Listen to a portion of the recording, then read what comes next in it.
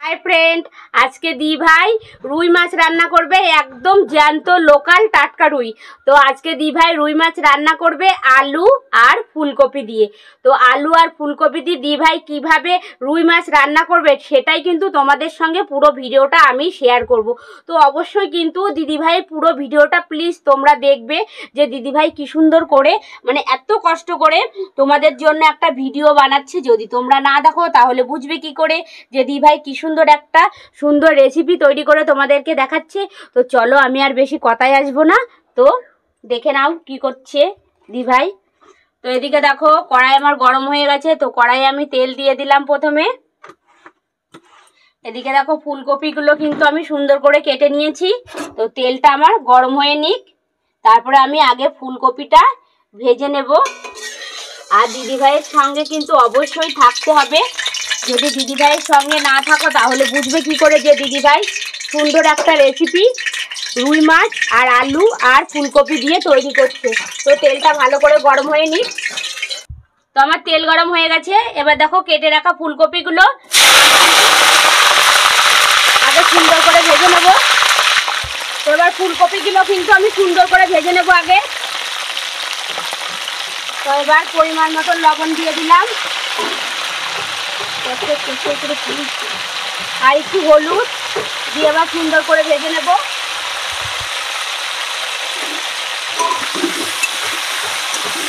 ফুলকপিটা লাল করে ভালো করে না ভাজলে খেতে টেস্ট হয় না, মাছটা যাই রান্না করো না কেন।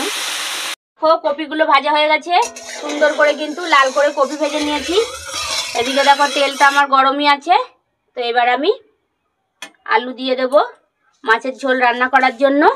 এবার আমি আলু কেটে রেখেছি। দেখো প্রথমে আমি এই যে জিরে তেলের পর দেব পরিমাণ মতন।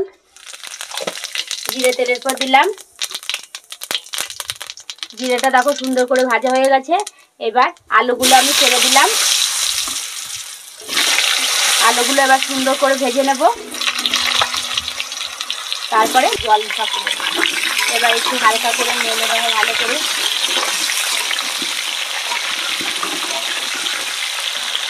এবারে পরিমাণ মতন লবণ দেব, অল্প করেই দিলাম লবণটা। আলুটা ভাজার পরিমাণ মতন। এবার একটু হলুদ দিলাম। এবার সুন্দর করে লবণ হলুদ দিয়ে ভালো করে ভেজে নেব। দেখতে থাকো দি ভাই কি সুন্দর করে মাছের ঝোল করে সুন্দর একটা রেসিপি তৈরি করছে। তো দেখো আমার আলুগুলো কিন্তু এবার সুন্দর করে ভাজা হয়ে গেছে। এবার আমি মশলা দেবো। প্রথমে টমেটোটা দিয়ে দিলাম। দেখি টমেটোটা দিয়ে দিলাম। মশলাটা নিয়ে এদিকে নিয়ে আসি। এদিকে দেখো এখানে আমি কিন্তু আজকে কাঁচা লঙ্কা দিয়ে রান্না করছি। আদা বাটা, জিরে বাটা আর কাঁচা লঙ্কা বাটা। কাঁচা লঙ্কায় শীতকাল যেহেতু খেতে সেই টেস্ট, কালারটা সেরকম না হলেও কিন্তু খেতে ভালো। আর এদিকে একটা টমেটো দিয়ে দিলাম তরকারিতে স্বাদ আনার জন্য। এবার মশলাটা দিয়ে দেব আদা বাটা, জিরে বাটা আর কাঁচা লঙ্কা বাটা।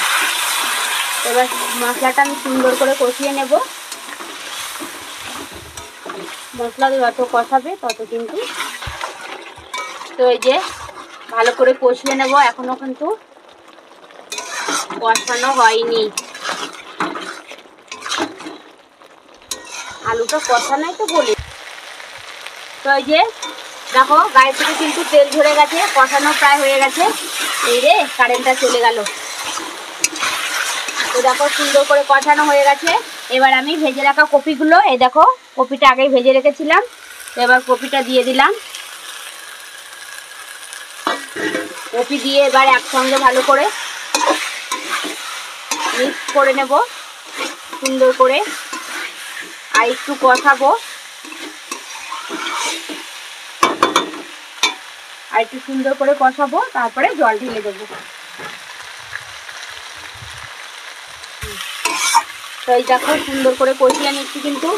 তো আমার কষানো প্রায় হয়েই গেছে। তো এবার আমি জল ঢেলে দেবো। তো আমার কষানো হয়ে গেছে। এবার আমি গরম জল দিয়ে দিলাম। গরম জল দিলে কিন্তু তরকারিটা স্বাদ আসে, গরম জলই বেস্ট।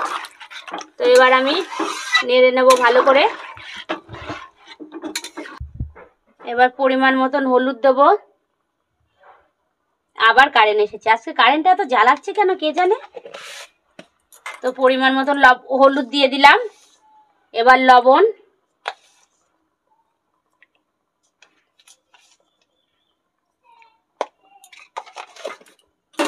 হলুদ দিয়ে এবার আমার ঝোলটা সুন্দর করে কিন্তু ফুটবে। ঝোলটা ভালো করে না ফুটলে ভালো লাগবে না। তো ঝোলটা দেখো কি সুন্দর কিন্তু ফুটে উঠেছে। দেখবো, দাঁড়াও দেখি। হ্যাঁ, আলুটা গলে গেছে। তো আমার ঝোল আলু সুন্দরভাবে ফুটে উঠেছে, গলেও গেছে কপি আলু।